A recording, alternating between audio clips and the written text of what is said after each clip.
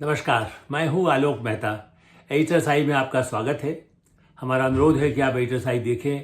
Like करें, subscribe करें, मित्रों को, ग्रुप्स को फॉरवर्ड करें ताकि वो भी सब्सक्राइब करें और उनकी राय और आपकी राय भी हम तक पहुंचे तो बहुत अच्छा होगा। अधिकाधिक बातों की चर्चा हो और लोकतंत्र में मत, सम्मत, अभिमत, असहमति, सहमति सबकी गुंजाइश होती है। अब ये बताएं कि खालिस्तान तो बन नहीं सकता, लेकिन झूठिस्तान तो बन सकता है। और खालिस्तान यदि बन सकता है तो कहाँ बन सकता है? कनाडा में। क्योंकि झूठिस्तान, जिस तरह से आप कहेंगे झूठिस्तान कब शब्द कहाँ से आया, बहुत कम जो युवा पीढ़ी के लोग हैं उन्होंने तो वो वार देखी नहीं। हमारे यहाँ जब युद्ध हुआ पाकिस्तान के साथ 65 वाला, तब रेडियो ही होता था, आकाशवाणी। कहीं पुरानी रिकॉर्डिंग तो आज भी आर्काइव में मिल जाएगी उनके संग्रहालय में। तब एक रोज रात शाम के समय कार्यक्रम आता था, ये झूठिस्तान है, भारत के आकाशवाणी से, ताकि ये बताया जाए कि पाकिस्तान किस तरह से झूठी अफवाहें फैलाता है। क्योंकि उस समय भारत के अंदर बाहर विमानों को लेकर के कब हवाई हमला हो रहा है, क्या हो रहा है, क्या कर रहे हैं, वो अफवाहें और फैलाने वाले लोग भी थे, बाहरी तत्व भी होते थे, अंदर के भी होते थे। और पाकिस्तान तो इस मामले में बड़ा माहिर रहा है, आज भी माहिर है झूठी अफवाहें फैलाने के लिए। लेकिन कनाडा खालिस्तान के जिस तरह से अपने को बनाने के लिए जो लोग सक्रिय हैं, आतंकवादी जिनके ऊपर आरोप है, ऐसे कितने ही लोगों को अपने यहाँ पनाह देने के बाद खुद ही झूठिस्तान सरकार एक डेमोक्रेटिक G20 का मेंबर है, बड़े महत्वपूर्ण देशों का यूनाइटेड नेशंस का मेंबर है, अमेरिका का सबसे बड़ा साझेदार है, लेकिन अब खुद भी मान लेता है कि हाँ, हम झूठिस्तान की तरह खबरें झूठ फैलाते हैं। कितने पिछले महीनों से चर्चा सुन रहे हैं आप, कितना गंभीर भारत पर आरोप लगाए। और वहां की सरकार अधिकृत रूप से, देखिए, अफवाहें फैलाने के लिए, मैं जिसकी चर्चा आगे करूंगा, कि दूसरी जो एजेंसियां हैं विदेशों में, जो विश्व युद्ध के समय से शुरू हुआ था, गोबल्स ट्रुथ जिसको कह सकते हैं, गोबल्स झूठ, ट्रुथ तो नहीं होता था वो, और गोबल्स का फैलाया हुआ जो उस तरह की झूठी बातें फैला करके कैसे युद्ध में कैसे गलत सूचनाएं पहुंचाई जाए, वो सिलसिला तब से चल रहा है। लेकिन अब तो एक यहाँ हाथ मिला रहे हैं, भारत में आकर, दूसरे देशों में जाकर हाथ मिला रहे हैं वो प्रधानमंत्री। वो जिस तरह से हरकतें की उनकी सरकार ने, अब तो यहाँ तक कह दिया कि जो जब मारा गया था पिछले साल, जो आतंकवादी जिसको आप वहाँ पे आपस में जो लड़ते थे, गिरोह जिसको कहना चाहिए,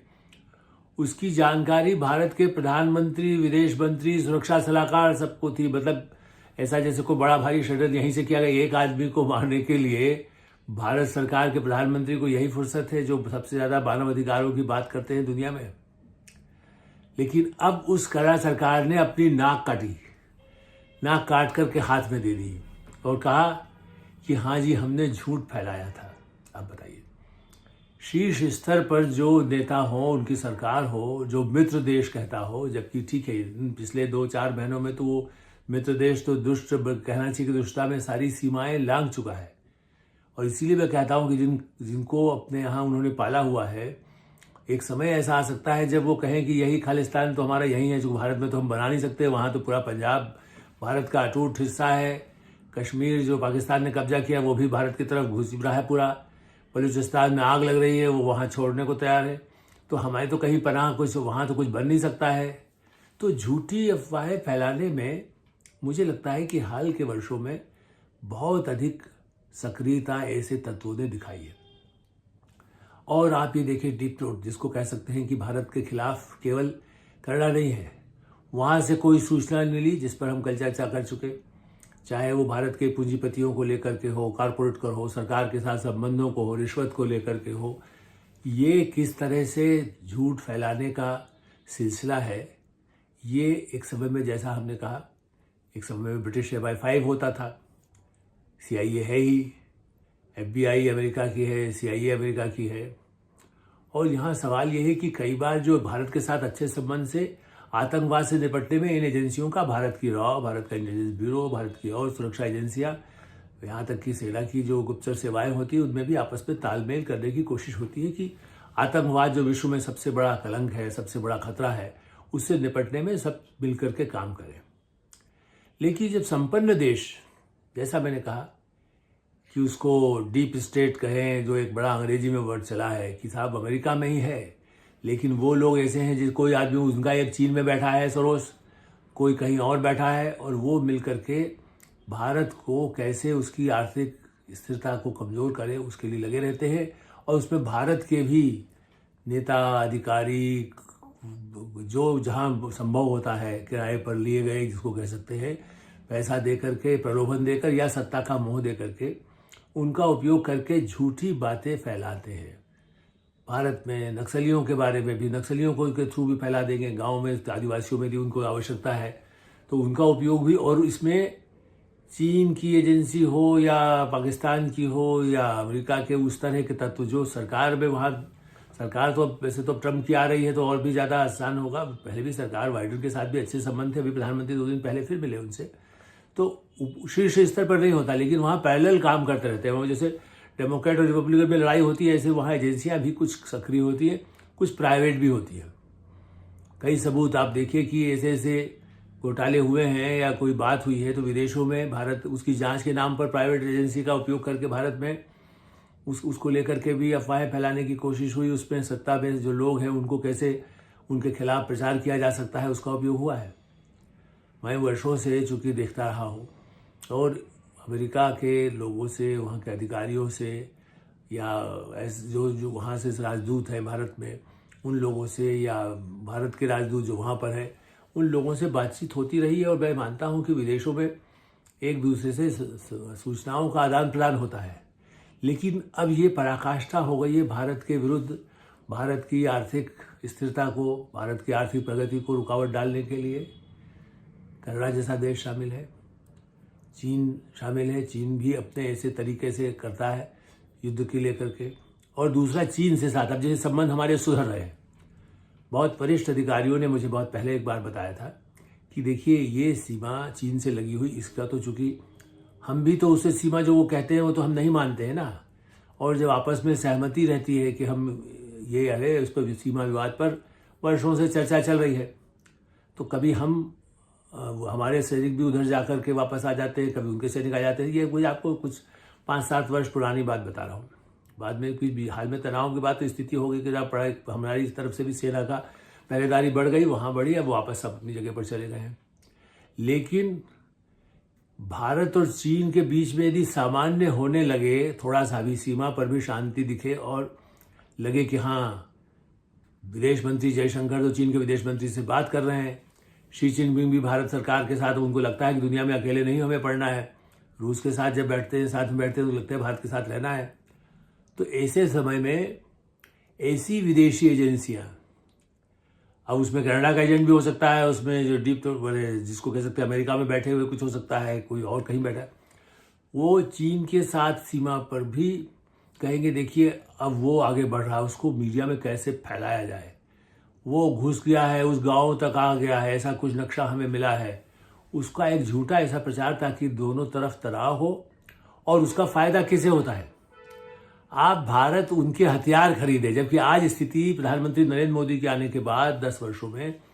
भारत ने सुरक्षा में अब जो समझौते किए हैं, जो खरीदी, चाहे वो फ्रांस से करें, चाहे रूस से करें, चाहे अमेरिका से करें, कहा आप टेक्नोलॉजी दीजिए और बाद में हमारे यहाँ भी निर्माण होगा। खरीद रहे हैं अभी भी, चूंकि हम उतने आत्मनिर्भर नहीं हुए, लेकिन कई बनने भी लगे हमारे यहाँ से। अभी छोड़ कई ऐसे अफ्रीकी देशों में मांग है कि साहब हमारे यहाँ के विमान हमें दे दीजिए, आप अब जो बना रहे हैं छोटे विमान हमें दे दीजिए। तो भारत का HAL अब उस तरह के बनाने लगा है, लड़ाकू विमान बनाने की स्थिति में हम आ रहे हैं, हेलीकॉप्टर बनाने की स्थिति में आ गए हैं। तो ऐसी स्थिति में कोशिश ये होती है कि भारत दूसरे हथियार खरीदे,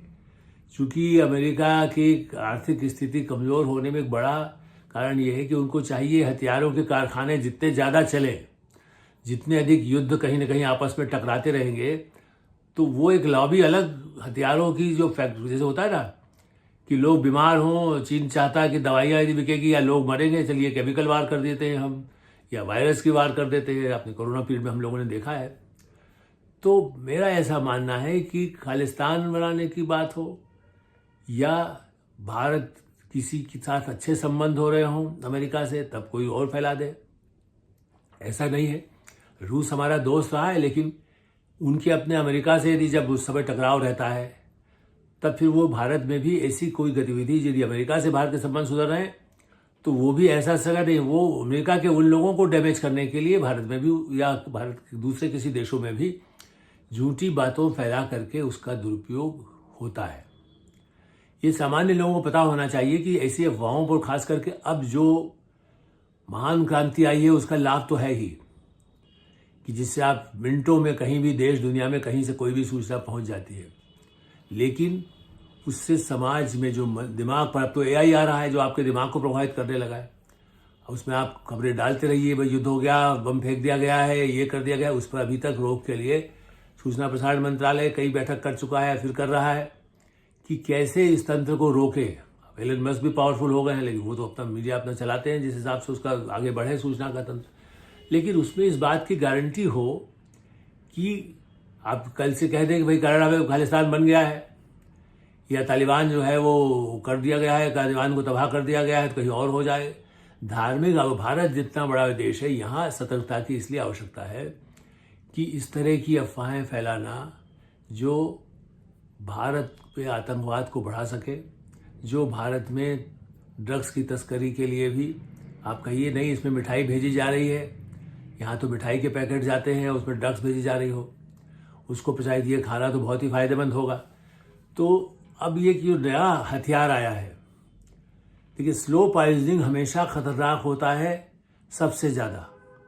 सामने जहर का प्याला रखा है तो आपने जान करके पिया है, या मालूम है आपको बंदूक है जो गोली मार देगा, ये बम है जो बम फटेगा तो यहाँ घर बर्बाद हो जाएगा, ये हथियार हो जाए, हवाई विमान आ रहा है तो सायरन बजाए, सायरन बजे बिना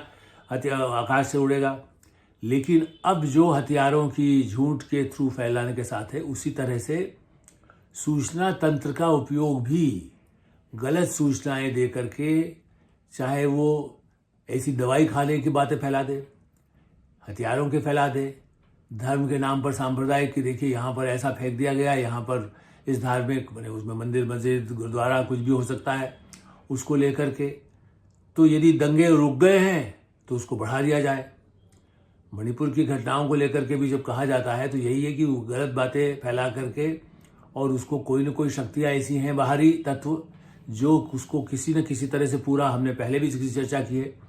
कि उसको कैसे काटा जाए भारत से, पूरे उस इलाके को। मिजोरम अलग हो,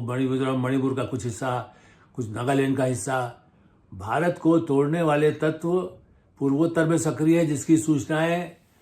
यहाँ पर आसानी से नहीं मिलती। हम समझते हैं कि सब ठीक चल रहा है या वहाँ पर गड़बड़ है तो वो हमारे लोग आपस में लड़ रहे हैं। नहीं, उनको भड़काने वाले तत्व इतने हैं जो भारत विरोधी षड्यंत्र, भारत की एकता, भारत की अखंडता, भारत के संविधान, भारत की न्यायपालिका, भारत की संसद, इन सब को और मीडिया को भी इस्तेमाल करके, उसको भी दुरुपयोग करके फैलाने का कोशिश होती है। सो ये झूठिस्तान का जो एक नई दुनिया बनाई जा रही है, मैं तो कहूँगा, चूंकि एक देश में नहीं है, कई देशों में आप कह करके आप फैलाते रहिए, गड़बड़ करने के लिए करिए। उस दृष्टि से ये जो नया सिलसिला शुरू हुआ है, क्योंकि मैंने कहा ना, ये जब हिटलर के समय शुरू हुआ, जर्मनी में अब उतना नियंत्रित है, कई बातों में अभी वहाँ नियंत्रित है, जापान में नियंत्रित है, ब्रिटेन में अभी भी वहाँ फिर इसीलिए बीच में कई तत्व आने लगे हैं, क्योंकि उसका भी वहाँ उन्होंने ऐसे लोगों को, चाहे वो ऐसे समर्थक हों जो पाकिस्तान समर्थक हैं, वो खास करके भारत विरोधी या खालिस्तान समर्थक हैं, तो अमेरिका और ब्रिटेन, कनाडा, कुछ हद तक ऑस्ट्रेलिया में ऐसे लोग सक्रिय हैं। लेकिन सबसे अधिक ठिकाने बनाए गए हैं कनाडा में, और वहीं से सूचना के तंत्र के जरिए भी आप देखेंगे वही तंत्र जो है वो भारत के मीडिया में भी घुस करके पैसा फंडिंग करके करते रहे हैं। उन पर कठोर से कठोर कार्रवाई और जनता को आगाह करना, जनता को सतर्क करना, उसकी सूचना तंत्र का भरोसेमंद बनाया जाए। देखिए, जब झूठिस्तान था तब लोग क्या कहते, भाई भारत खबर सुनना है आपको, कई बार विदेशी प्रसारण सेवा के लिए विश्वसनीयता मान ली जाती थी कि फैला दिया गया इमरजेंसी में, जैसा हुआ कि बीबीसी सुनिए। अब आज तो बीबीसी भी आजकल भारत के खिलाफ कुछ न कुछ प्रचार गलत सलत भी करता रहता है। तो उस समय इमरजेंसी थी, चूंकि यदि सूचना पर पूरा नियंत्रण था कि कोई बात नहीं ज़्यादा आएगी, केवल सकारात्मक बातें आएंगी, तो अफवाहें फैलाने को भी बल मिला कि साहब लड़कियों के भी सब नसबंदी ऑपरेशन कर दिए गए, अरे वहाँ पर ऐसा हुआ, किसी को पता नहीं, चूंकि अखबार भी नहीं छपेगा, तब तो अखबार होते थे ज़्यादा, आकाशवाणी दूरदर्शन भी उसके बाद एक तरह से प्रभावी ज़्यादा हुआ, तो छोटा चलता था बस। तो ऐसी स्थिति में ये दुनिया में झूठिस्तान का जो गुब्बारे हैं ये फोड़ करके बम से अधिक खतरनाक है, और झूठिस्तान के बम गुब्बारे इसे प्रतिबंधित करना, रोकने के लिए भारत के अंदर और भारत अंतर्राष्ट्रीय स्तर पर भी मैं समझता हूँ कि विचार विमर्श और तेजी से हो। जैसे कहा साइबर ठगी, करोड़ों अरबों रुपए की ठगी हो रही है, वो भी इसी है कि हमारी इकनॉमी खराब की जाए। तो उन सूचना तंत्र पर कैसे नियंत्रण हो और ऐसे गुब्बारों को समय रहते उड़ने से रोका जाए, यही समय की आवाज़ है। यही खालिस्तान के झूठा न कभी बना है न बन सकेगा। जिसे बनाना हो अपने किसी और देश में बना ले, भारत में नहीं बन सकता, ये तो तय है। एडिटर साहब में यहीं विराम देते हैं। आप एडिटर साहब देखते रहें, लाइक करें, सब्सक्राइब करें, मित्रों को, ग्रुप्स को फॉरवर्ड करें, और आपकी जो राय हो उससे हमें अवश्य अवगत कराएं। धन्यवाद, नमस्कार।